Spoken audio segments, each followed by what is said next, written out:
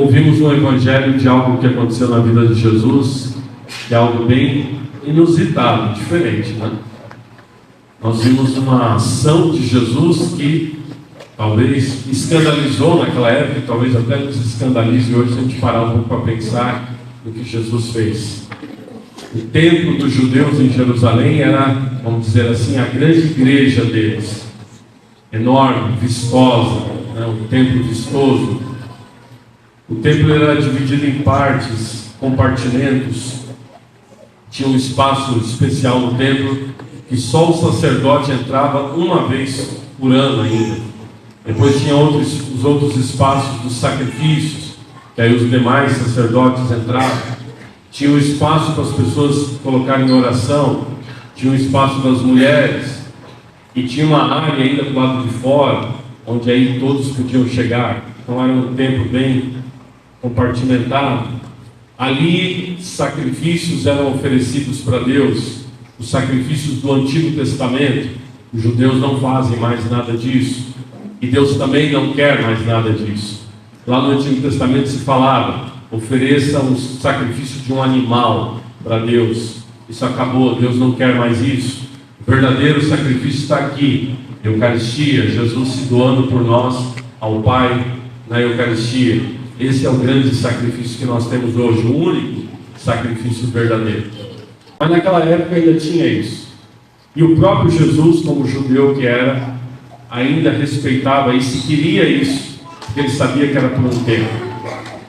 E num belo dia, Jesus chega lá no templo e ele vê uma bagunça.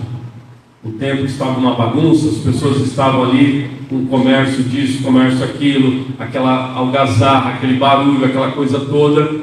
Ou seja, não estava sendo vivido ali aquilo que era o propósito, uma casa de oração.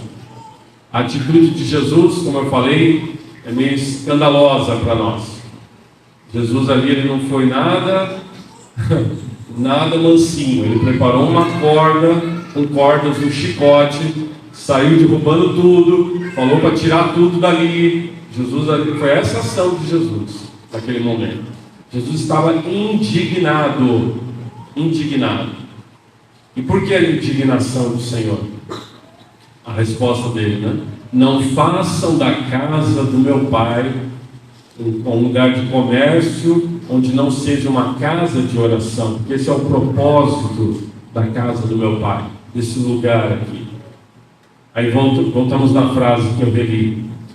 Os discípulos mais tarde ficaram lembrando. Tem uma passagem na Escritura, ou seja, no Antigo Testamento, que diz: o zelo pela tua casa me consumirá. Jesus estava cheio de zelo naquele momento. O zelo, o que é o zelo? Zelo, ele é decorrente, derivado do amor. Quando você ama algo, consequentemente, você vai ter zelo por aquilo que você ama. Isso vale para várias coisas, até para as coisas materiais. Você fez a sua casa, automaticamente você tem zelo pela sua casa. Você sabe o que deu um trabalho de construir ou comprar a tua casa, então você zela por aquilo. Você tem o seu trabalho, a sua profissão, você tem zelo pelo que você faz, porque você sabe que aquilo te deu trabalho, você ama aquilo. Mas só que isso vale também, é claro, não só para as coisas materiais. No caso de Jesus, o zelo dele é porque ali estava um ambiente, um espaço para a glória de Deus, do Pai. O zelo de Jesus não era tanto pelo templo em si, pelo edifício. O edifício, Jesus sabia que um dia ele iria cair. O próprio Jesus profetizou isso. Um dia não vai sobrar pedra sobre pedra disso daqui. O que aconteceu 70 anos depois. O zelo de Jesus era pelo ambiente ali. Ali deveria ser um ambiente para a oração. Jesus queria ver o Pai ser glorificado. Jesus queria ver que a oração subisse a Deus e que não se tornasse então aquele ambiente, um ambiente de bagunça. Mas nas entrelinhas dessa palavra hoje nós também vemos um outro sentido do zelo de Jesus. Quando os judeus falaram para ele: o que você está fazendo? Quem te deu autoridade para fazer isso daqui. Jesus fala: destruir este templo e em 3 dias ele vai estar de pé de novo. Os judeus não entenderam nada. Como assim? Isso aqui demorou 46 anos para ser construído. E você está dizendo que em 3 dias vai estar tudo de pé de novo? Jesus não respondeu mais nada. Eles não iriam entender mesmo. Jesus estava falando do seu corpo, que também é um templo, que na verdade é o principal templo de Deus, o seu corpo, que os judeus haveriam de matar, como eles o mataram. E 3 dias depois está de novo o templo erguido, o corpo do Senhor ressuscitado. Então vocês vejam, meus irmãos, Jesus tem zelo pelo ambiente do Pai, e Jesus tem zelo pelo seu corpo santo. 3 dias depois esse corpo vai estar ressuscitado. Jesus cuida, Jesus vê o seu corpo como obra de Deus. Tudo isso nos leva agora à primeira leitura. Parece até que não tem tanta relação, mas tem uma grande relação.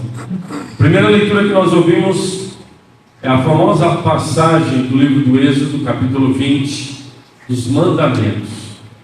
Nós conhecemos, os 10 mandamentos. Catequese começando agora. As crianças vão começar a ouvir falar bastante dos mandamentos. Nós adultos já passamos bastante por isso. Amar a Deus sobre todas as coisas, não tomar o seu nome em vão, honrar pai e mãe, guardar domingos e festas, não matar, não pecar contra a castidade, não furtar, e aí vai, né?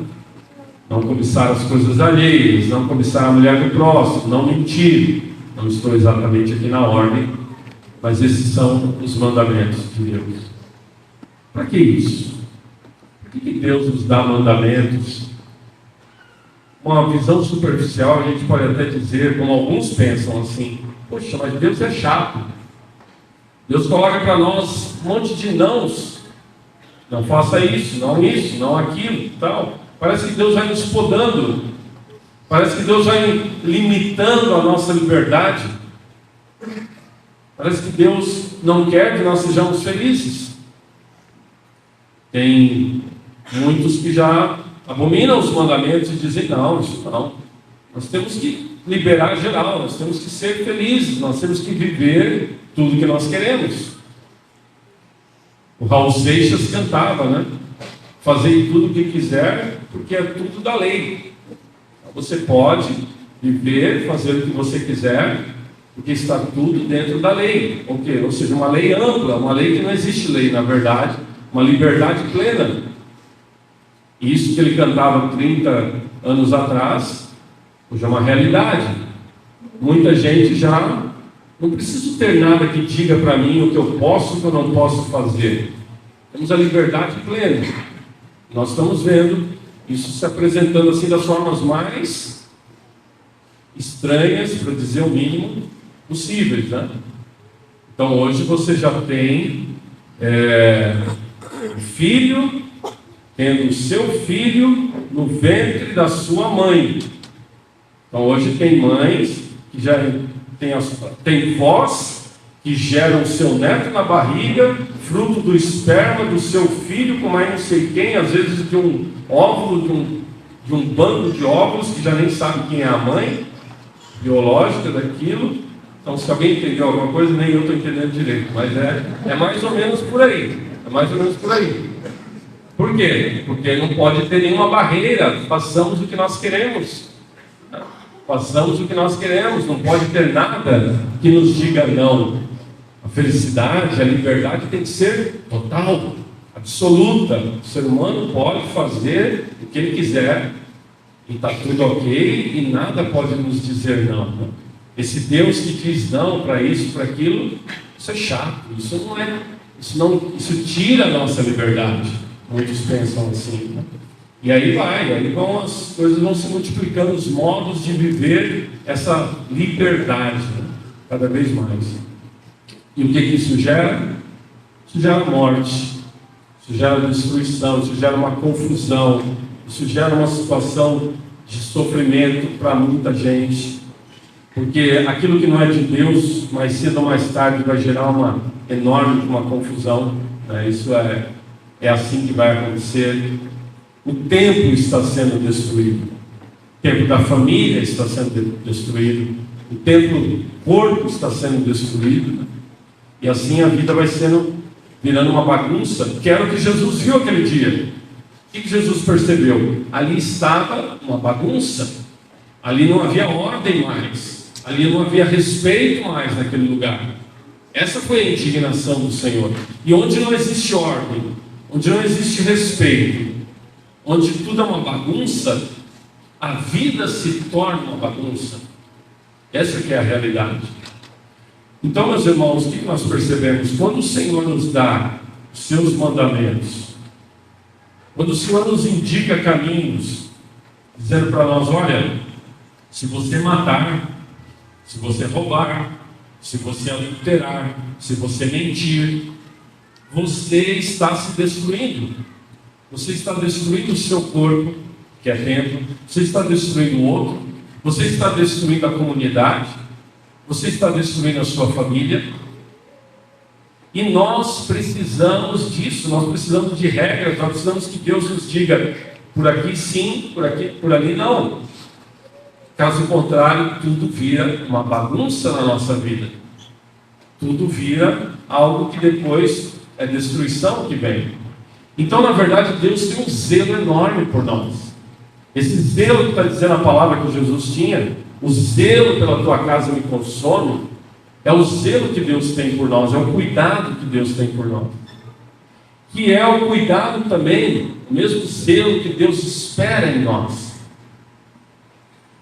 Eu preciso ter esse Espírito de Deus em mim, esse Espírito de Jesus precisa estar em mim, para que eu também zele.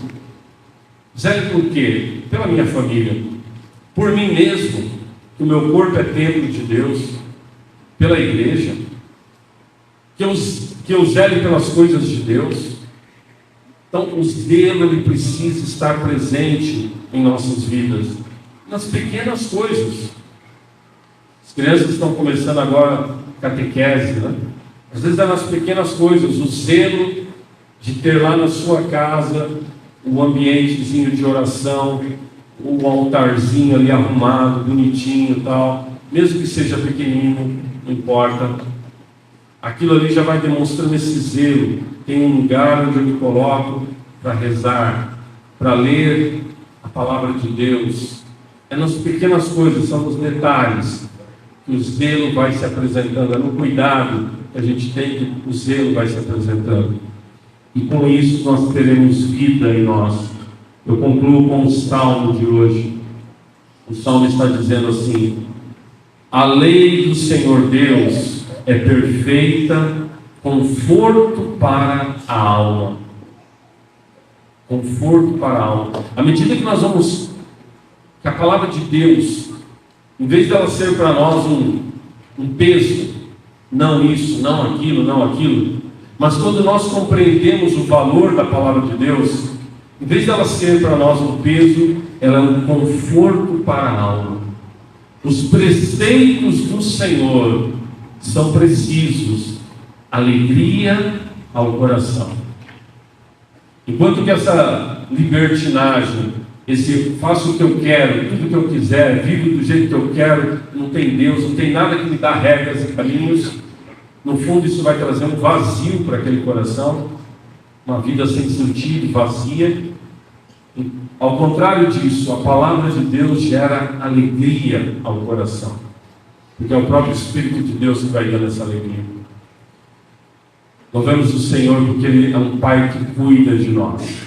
Deus não é um Pai carrasco que está ali colocando regras para nós porque Ele quer que a gente viva uma vida pesada. Muito pelo contrário. Deus é um Pai zeloso por nós. E por isso mesmo, cuidar de nós, que esse Pai nos dá caminhos. E é por isso que Jesus estava indignado naquele dia.